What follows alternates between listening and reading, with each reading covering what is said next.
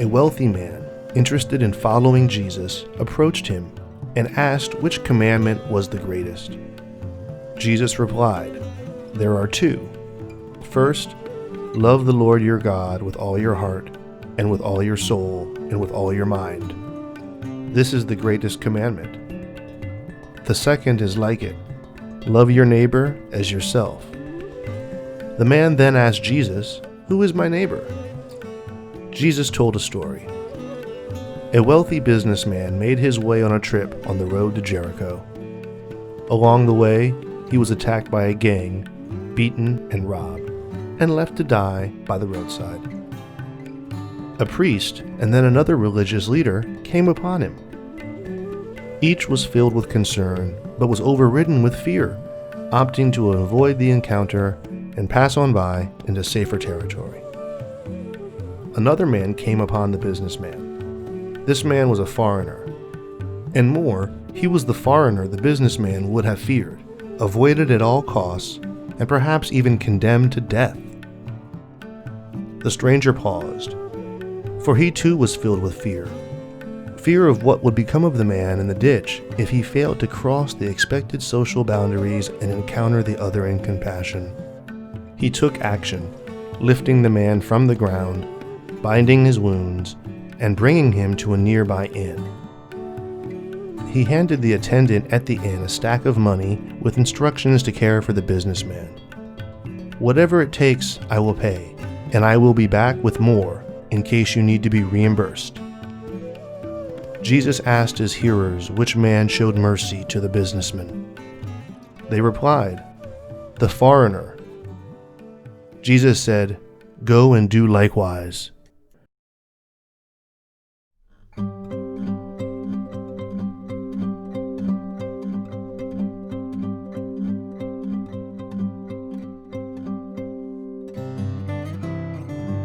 In the fall of 2015, in response to the world refugee crisis, Pope Francis announced that the Vatican would temporarily shelter 2 refugee families and asked all parishes, monasteries, and shrines of Europe to follow suit.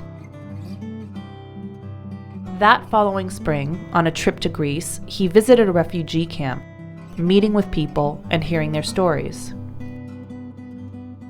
Francis brought 12 refugees, 3 families whose homes were bombed during the Syrian war, to Rome on the Papal Plain. "They are guests of the Vatican," he said. The governments of the Vatican, Greece, and Italy would prepare the necessary paperwork, and the Catholic organization San Egidio would help with their needs, including finding them work.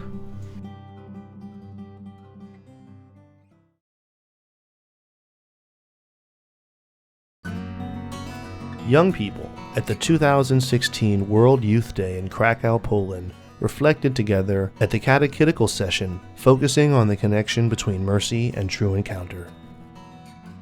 Bishop Frank Caggiano of Bridgeport, Connecticut, led the reflection, encouraging 150 young people to become missionaries of mercy through real encounters with people who are suffering by telling a story from his past.